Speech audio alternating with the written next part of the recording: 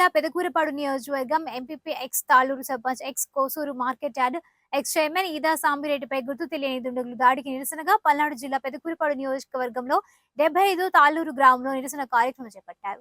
విషయం తెలుసుకుని గ్రామస్తులు చేసిన నిరసన కార్యక్రమాన్ని అడ్డుకున్నారు పోలీసులు. మా నాయకుడి మీద దాడి చేసిన వారిని పట్టుకోకుండా శాంతియుతంగా నిరసన తెలియజేస్తున్న మమ్మల్ని అడ్డుకోవడం ఏంటని ప్రశ్నించారు గ్రామస్తులు.